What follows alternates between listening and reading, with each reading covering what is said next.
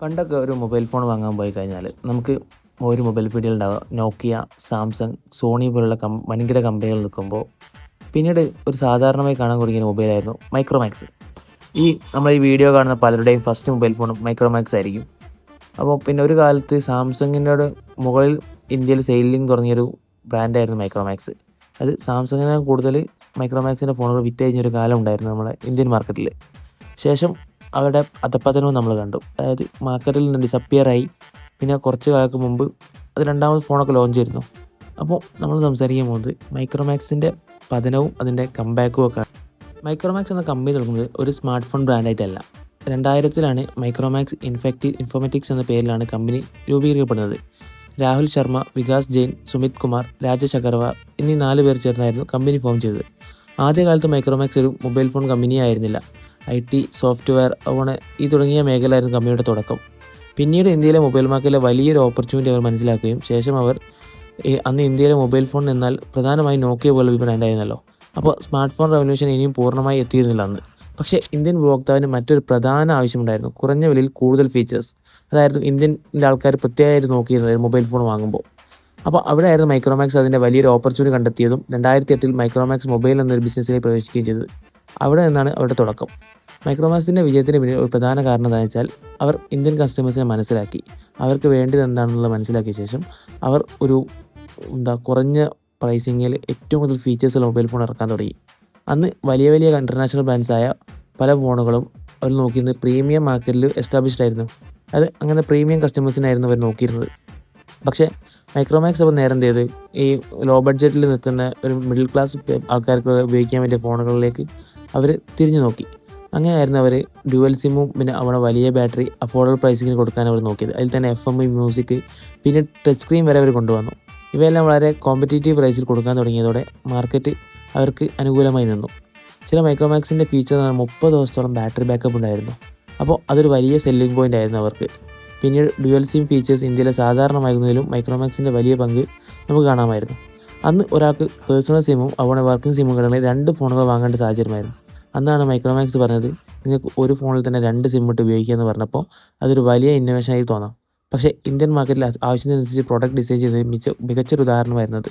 അതോടൊപ്പം അഫോർഡബിൾ പ്രൈസിങ്ങും അതുപോലെ ഡിസ്ട്രിബ്യൂഷൻ നെറ്റ്വർക്കും അഡ്വർടൈസിങ്ങും എല്ലാം അവർ കൃത്യമായി ചെയ്തതോടെ മാർക്കറ്റിൻ്റെ വളരെ പെട്ടെന്ന് വളരാൻ അവർക്ക് സാധിച്ചു. മൈക്രോമാക്സിനെ എല്ലാവരും ഏറ്റെടുത്തു എന്ന് വേണം പറയാൻ. പിന്നെ മൈക്രോമാക്സിൻ്റെ വളർച്ച ഏറ്റവും കൂടുതൽ പങ്ക് വഹിച്ചതായിരുന്നു അതുപോലെ അഡ്വർടൈസിങ്, അതുപോലെ മാർക്കറ്റിംഗ്. അതിലൊരു വലിയ കാൽവെപ്പ് പറയുന്നത് അക്ഷയ് കുമാർ. ബോളിവുഡിൽ ആ സമയത്ത് പോപ്പുലറായിരുന്ന അക്ഷയ് കുമാറിനെ അവർ ബ്രാൻഡ് അംബാസിഡറാക്കി മാറ്റി. അതുപയോഗിച്ച് പരസ്യം ചെയ്തതോടുകൂടി അവരുടെ ആൾക്കാർ പിന്തുണ നല്ലോണം കൂടി. അപ്പോൾ ആൾക്കാർ വാങ്ങാൻ തുടങ്ങി പിന്നെയും. ശേഷം അദ്ദേഹത്തിൻ്റെ ഭാര്യയായ ട്വിങ്കിൾ ഖന്നയും മൈക്രോമാക്സിനെ എൻഡോസ് ചെയ്തു. 2011-ൽ കൽക്കി കെച്ചോയും ബ്രാൻഡുമായി അസോസിയേറ്റ് ചെയ്തു. പക്ഷേ മൈക്രോമാക്സ് അവിടെ നിർത്തിയിരുന്നില്ല. അവരുടെ പ്ലാനുകൾ വളരെ വലുതായിരുന്നു. അവർ നേരെ ഹോളിവുഡിലേക്ക് വിട്ടു. ഹോളിവുഡിലെ ഹ്യൂ ജാക്ക്മാൻ എന്നൊരു ആക്ടർ എന്ത് ചെയ്തു, അവർ ബ്രാൻഡ് അംബാസിഡറായിട്ട് അവതരിപ്പിച്ചു. അതവർക്ക് ഇൻ്റർനാഷണൽ ലെവൽ ഒരു അഡ്വർടൈസ്മെൻറ്റ് പോലെ അത്രയും മാർക്കറ്റിൽ ആൾക്കാർ അറിയാൻ തുടങ്ങി. അപ്പോൾ ഒരു ഇന്ത്യൻ മൊബൈൽ ബ്രാൻഡിൻ്റെ അഡ്വർടൈസ്മെൻറ്റിൽ അതൊരു വലിയ വാർത്തയായി മാറി. മൈക്രോമാക്സിൻ്റെ ഇന്ത്യൻ മൊബൈൽ കമ്പനി മാത്രമല്ല ഗ്ലോബൽ ആംബിഷനുള്ളൊരു ബ്രാൻഡാണെന്ന് കാണിക്കാനായിരുന്നു ഈ ഒരു നീക്കം. ഹ്യൂ ജാക്ക്മാൻ പ്രധാനമായും ക്യാൻവാസിനെ ആയിരുന്നു പ്രൊമോട്ട് ചെയ്യുന്നത്. അത് ക്യാൻവാസ് സീരീസിനെ, മൈക്രോമാക്സിൻ്റെ ക്യാൻവാസ് സീരീസ് ഉണ്ടായിരുന്നു. അത് യുവാക്കൾ ഏറ്റവും കൂടുതൽ ശ്രദ്ധ ധരിച്ചൊരു മോഡലും അതായിരുന്നു. അതായത് ഒരുതരം കുറേ ആൾക്കാരൊക്കെ യൂസ് ചെയ്തൊരു മോഡലും ക്യാൻവാസിൻ്റെതായിരിക്കും. അപ്പോൾ പിന്നീട് മൈക്രോമാക്സിൻ്റെ വലിയൊരു സക്സസ്ഫുള്ളിലേക്ക് എത്തുകയാണ്. അത് 2014-ൽ ഇന്ത്യയിലെ സ്മാർട്ട് ഫോൺ മാർക്കറ്റ് അതിവേഗം വളർന്നു. മൈക്രോമാക്സിൻ്റെ ഈ വേവ് കൃത്യമായി പിടിക്കുകയും ചെയ്തു. ക്യാൻവാസ് സീരീസുള്ള സ്മാർട്ട് ഫോൺ യുവാക്കളെ വലിയൊരു ഓപ്പർച്യൂണിറ്റി നേടി നമ്മൾ പറഞ്ഞു. അപ്പോൾ അഫോർഡബിൾ പ്രൈസിൽ വലിയ സ്ക്രീനും അതുപോലെ ഡ്യുവൽ സിം, ആൻഡ്രോയിഡ്, അതിന് ഡീസൻറ്റ് സ്പെക്ക്, ഇതായിരുന്നു മൈക്രോമാക്സിൻ്റെ ഫോർമുല. 2014-ൽ കൗണ്ടർ പോയിൻറ്റ് റിസർച്ച് പ്രകാരം മൈക്രോമാക്സ് ഇന്ത്യയിലെ സ്മാർട്ട് ഫോൺ മാർക്കറ്റിലെ സാംസങ്ങിനെ പോലും മറികടന്ന് 1ാം സ്ഥാനത്തെത്തി. അതായത് 2014-ൽ സാംസങ്ങിനെ വരെ വെട്ടിച്ചും കണ്ട് അവർ സെല്ലിങ്ങിൽ മാർക്കറ്റിൽ 1ാം സ്ഥാനത്തെത്തി. അതേ കാലയളവിൽ ജാർഖണ്ഡിൻ്റെ കണക്കുകൾ പ്രകാരം മൈക്രോമാക്സ് ലോകത്തിലെ ഏറ്റവും വലിയ മൊബൈൽ ഫോൺ വെണ്ടേഴ്സിലെ ടോപ്പ് ലിസ്റ്റിലെത്തുകയും ചെയ്തു. അത് ടോപ്പ് 10 ലോകത്ത് ഉള്ളതിൽ വെച്ചിട്ട് മൈക്രോമാക്സ് ടോപ്പ് 10 എത്തുകയും ചെയ്തു. അപ്പം അതിൻ്റെ റേഞ്ചുകൾ ചിന്തിച്ച് നോക്കുക. ഒരു ഇന്ത്യൻ കമ്പനി ആഗോള തലത്തിൽ ടോപ്പ് 10 എത്താന്ന് പറഞ്ഞാൽ അതൊരു വലിയൊരു വാർത്തയും അതുപോലെ ഇൻ്റർനാഷണൽ റിപ്പോർട്ട് ചെയ്തൊരു കാര്യമായിരുന്നു. അത്രയും ചർച്ചയായ കാര്യമായിരുന്നത്. അപ്പോൾ ഹോളിവുഡ് സ്റ്റാർ ബ്രാൻഡ് അംബാസിഡറായി അതുപോലെ മൈക്രോമാക്സിൻ്റെ ഫ്യൂച്ചർ അന്ന് തന്നെ വളരെ വലുതായിരുന്നു. എല്ലാവരും വിചാരിച്ചത് സാംസങ്ങിനൊക്കെ ഭാവിയിൽ ഒരു ഭീഷണിയാവുന്ന രീതിയിൽ തന്നെ മുമ്പോട്ട് പോകുന്നതെന്നായി വിചാരിച്ചത്. പക്ഷേ അപ്പോഴായിരുന്നു ചൈനീസ് മാർക്കറ്റിൽ നിന്ന് ഷവോമി, ഓപ്പോ, വിവോ പോലുള്ള ഫോണുകൾ വരുന്നത്. ആ കമ്പനിയൊക്കെ കൊണ്ടുവന്നതെന്ന് വെച്ചാൽ, അതായത് മൈക്രോമാക്സിൻ്റെ ഏറ്റവും വലിയ സ്ട്രെങ്ത്തിനെ തന്നെ ചലഞ്ച് ചെയ്യുന്ന സ്ട്രാറ്റജി കൊണ്ടായിരുന്നു ഈ കമ്പനികൾ വന്നത്. കുറഞ്ഞ വിലയിൽ കൂടുതൽ സ്പെക്ക് ആയിരുന്നു അവരുടെയും ലക്ഷ്യം. പക്ഷേ അതിൽ മാത്രം കാര്യം തീർന്നിരുന്നില്ല. ഷവോമി ഓൺലൈൻ സെയിൽസിനെ വളരെയേറെ അഗ്രസീവ്ലി ഉപയോഗിച്ചു പോയി. Flat sale, online marketing, huge social media presence, അതുപോലെ ഫ്രീക്വൻസി പ്രൊഡക്റ്റ് ലോഞ്ച്, പിന്നെ ടെക് ഫ്യൂസിങ് ബ്രാൻഡിങ്, ഇതൊക്കെ ചെയ്തതോടുകൂടി ആൾക്കാരുടെ ബിഹേവിയർ മാറി, അത് കസ്റ്റമേഴ്സിൻ്റെ. അതേസമയം ഓപ്പോ, വിവോ പോലുള്ള ബ്രാൻഡ്സ് ഓഫ്ലൈൻ റീറ്റെയിൽ നെറ്റ്വർക്കിലും വലിയ രീതിയിൽ ഇൻവെസ്റ്റ് ചെയ്തു. അങ്ങനെ മൈക്രോമാക്സ് രണ്ട് വശത്തു നിന്ന് പ്രഷർ നേരിട്ട് കൊണ്ടുവന്നു. ഓൺലൈനിൽ ലെക്സോമിയും അതുപോലെ തന്നെ ഷവോമിയും, അതുപോലെ ഓഫ്ലൈനിൽ ഓപ്പോയും വിവോയും, പിന്നെ സാംസങ് ഇതിനെ തന്നെ ശക്തമായി തുടർന്നു. ആപ്പിളാണ് പ്രീമിയം മാർക്കറ്റ് പിടിച്ചെടുക്കുകയും ചെയ്തു. അതിനിടയിൽ മൈക്രോമാക്സിൻ്റെ പഴയ formula affordable phone plus good features, ഇത് മാത്രം മതിയാകാതെ തുടങ്ങി. മൈക്രോമാക്സിൻ്റെ ഡൗൺഫാളിന് ഒരു സിംഗിൾ റീസൺ മാത്രമായിരുന്നു ഇത്. പല കാര്യങ്ങളും ഒരുമിച്ച് സംഭവിച്ചു. ഒന്നാമത് ഇന്നോവേഷൻ്റെ സ്പീഡ്.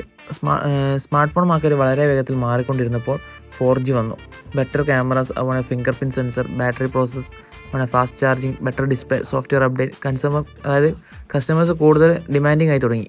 പക്ഷേ മൈക്രോമാക്സിന് ഈ ഒരു ട്രാൻസ്ഫോർമേഷനൊപ്പം ഇതേ വേഗത്തിൽ എത്താൻ കഴിഞ്ഞില്ല.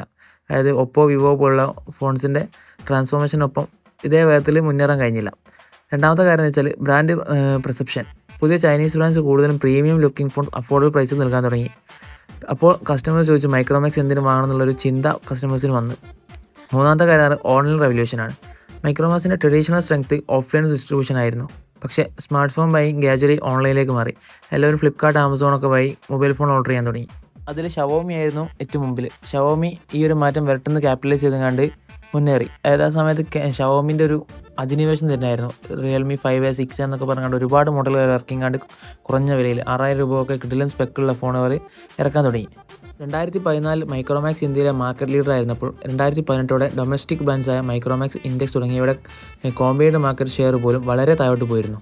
മിൻറ്റ് റിപ്പോർട്ട് ബേസിനനുസരിച്ചിട്ട് 2018 Indian home grown smartphone brand ഒരിക്കൽ നേടിയിരുന്ന 54% ഷെയറിൽ നിന്ന് വെറും 10%ലേക്ക് താഴായി ചുരുങ്ങി. മൈക്രോമാക്സിൻ്റെ ഗോൾഡൻ ഇറ ഇവിടെ അവസാനിക്കുകയായിരുന്നു. ഒരിക്കൽ വലിയ ഓഫീസുകളും ആയിരക്കണക്കിന് എംപ്ലോയീസും ഉണ്ടായിരുന്ന മൈക്രോമാക്സ് മാർക്കറ്റ് ഷെയർ നഷ്ടമായതോടെ ഓപ്പറേഷൻസ് ചുരുങ്ങിപ്പോയി. 2014 ഇന്ത്യയിലെ സ്മാർട്ട് ഫോൺ മാർക്കറ്റിൻ്റെ ടോപ്പ് 10ൽ നിന്നിരുന്ന കമ്പനി അടുത്ത ഏതാനും വർഷങ്ങൾക്കുള്ളിൽ മാർക്കറ്റിൻ്റെ വളരെ പിന്നിലായി. കസ്റ്റമേഴ്സിൻ്റെ മൈൻഡ് ഷെയർ നഷ്ടപ്പെട്ടു. ന്യൂ പ്രോഡക്റ്റ് ലോഞ്ച് കുറയാൻ തുടങ്ങി. ചൈനീസ് ബ്രാൻഡ്സ് കൂടുതൽ ശക്തമായി.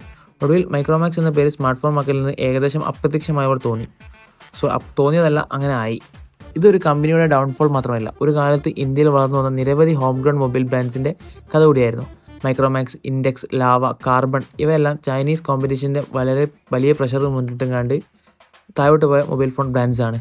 പക്ഷേ മൈക്രോമാക്സ് പൂർണ്ണമായും അവസാനിച്ചിരുന്നില്ല. 2020 മൈക്രോമാക്സ് വീണ്ടും സ്മാർട്ട് ഫോൺ നെറ്റ്വർക്കിലേക്ക്, അതായത് സ്മാർട്ട് ഫോൺ വീണ്ടും ഉണ്ടാക്കാൻ തുടങ്ങിയാണ്ട് തിരിച്ചു വരുമെന്ന് പ്രഖ്യാപിച്ചു. ഫൗണ്ടറായിരുന്ന രാഹുൽ ശർമ്മ തന്നെയായിരുന്നു കംബാക്കിന് മുമ്പോട്ട് നയിച്ചത്. പുതിയ ബ്രാൻഡിൻ്റെ ഐഡൻറ്റിറ്റി മൈക്രോമാക്സ് ഇൻ എന്ന് പേരിട്ടുകൊണ്ട് അവർ രണ്ടാമത് റീസ്റ്റാർട്ട് ചെയ്യാൻ തുടങ്ങി. 2020 നവംബറിൽ Micromax in note 1, Micromax in IB എന്നീ 2 സ്മാർട്ട് ഫോണുകൾ അവതരിപ്പിച്ചു. ഇന്ത്യൻ സ്മാർട്ട് ഫോൺ മാർക്കറ്റിൽ ഒരു അവസരം വീണ്ടും കണ്ടെത്താനായിരുന്നു അവരുടെ ശ്രമം. ഇത്തവണ focus made in for India, അതുപോലെ clean Android experience, competitive pricing, Indian identity, ഇതെല്ലാം ആയിരുന്നു. അതുപോലെ തന്നെ അന്ന് ഇന്ത്യ ചൈന ഒരു പ്രശ്നം കൂടിയ സാഹചര്യവും മൈക്രോമാക്സിൻ്റെ കംബാക്കിന് വലിയൊരു പബ്ലിക് അറ്റൻഷൻ നൽകി. എന്നാൽ കംബാക്ക് അത്ര എളുപ്പമായിരുന്നില്ല. കാരണം 2014 മാർക്കറ്റ് അല്ലായിരുന്നു 2020 മാർക്കറ്റ്. ഇപ്പോഴാണ് Xiaomi, Realme, Oppo, Vivo, Samsung തുടങ്ങിയ വളരെ ശക്തമായിരുന്നു. സാംസങ് ഒക്കെ ഫ്ലാഗ്ഷിപ്പ് സെയിൽ തുടങ്ങി. അതുപോലെ തന്നെ കുറഞ്ഞ ബഡ്ജറ്റ് ഫോൺസ് ഇറക്കാൻ തുടങ്ങി. ആ ഒരു സമയമായിരുന്നു. അതിനാൽ പഴയ മൈക്രോമാക്സിൻ്റെ പേര് മാത്രം ഉപയോഗിച്ച് മാർക്കറ്റ് തിരിച്ചുപിടിക്കുക എന്നത് വളരെ ബുദ്ധിമുട്ടായിരുന്നു അവർക്ക്. പക്ഷേ മൈക്രോമാക്സ് ഇന്നും ഒരു ഇന്ത്യൻ ഇലക്ട്രോണിക് ബ്രാൻഡായി നിലനിന്നിട്ടുണ്ടെങ്കിലും 2014 ആ ഒരു ഡോമിനൻസ് തിരിച്ചുപിടിക്കാൻ കഴിഞ്ഞിട്ടില്ല. മൈക്രോമാക്സിൻ്റെ കഥ നമ്മളെ പഠിപ്പിക്കുന്നത് ഒരു വലിയ ബിസിനസ് ലെസൺ തന്നെയാണ്. മാർക്കറ്റ് ലീഡർ ആകുന്നത് വിജയത്തിൻ്റെ അവസാനമല്ല, അത് തുടർച്ചയായി പ്രൂവ് ചെയ്യേണ്ട ഒരു പൊസിഷനാണ്. നോക്കിയക്ക് സംഭവിച്ചത്, ബ്ലാക്ക്ബെറിക്ക് സംഭവിച്ചത്, അതുപോലെ മൈക്രോമാക്സിന് സംഭവിച്ചത്. ടെക്നോളജി മാർക്കറ്റിൽ കൺസ്യൂമേഴ്സ് വളരെ വേഗത്തിൽ മാറും. നിങ്ങൾ ഇന്നലെ മാർക്കറ്റ് ലീഡർ ആയിരുന്നുവെന്നത് നിങ്ങൾ നാളെ മാർക്കറ്റ് ലീഡർ ആകണമെന്നില്ല. മൈക്രോമാക്സ് ഇന്ത്യക്കാരുടെ ആവശ്യങ്ങൾ മനസ്സിലാക്കി വളർന്നു. അഫോർഡബിൾ ഫോൺസ് നൽകി. അതുപോലെ ഡ്യുവൽ സിം പോലുള്ള ഫീച്ചേഴ്സ് പോപ്പുലറാക്കി. ബോളിവുഡ് സ്റ്റാർസിനെ ഉപയോഗിച്ചു. ഹ്യൂ ജാക്ക്മാൻ പോലുള്ള ഹോളിവുഡ് സ്റ്റാർസിനെ ബ്രാൻഡ് അംബാസിഡറാക്കി. ഒരിക്കൽ സാംസങ്ങിനെ പോലും മറികടന്ന് ഇന്ത്യൻ സ്മാർട്ട് ഫോണിലെ മാർക്കറ്റിലെ ടോപ്പിലെത്തി. പക്ഷേ ടെക്നോളജി മാറിയപ്പോൾ, കോമ്പറ്റീഷൻ മാറിയപ്പോൾ, കൺസ്യൂമേഴ്സ് ബിഹേവിയർ മാറിയപ്പോൾ മൈക്രോമാക്സ് അതേ വേഗത്തിൽ മാറാൻ കഴിയാതെ പോയി. ഒരിക്കൽ ഇന്ത്യയിൽ ഓരോ മൊബൈൽ ഷോപ്പിലും കാണാമായിരുന്ന ലോഗോ പതിയെ അപ്രത്യക്ഷമായി.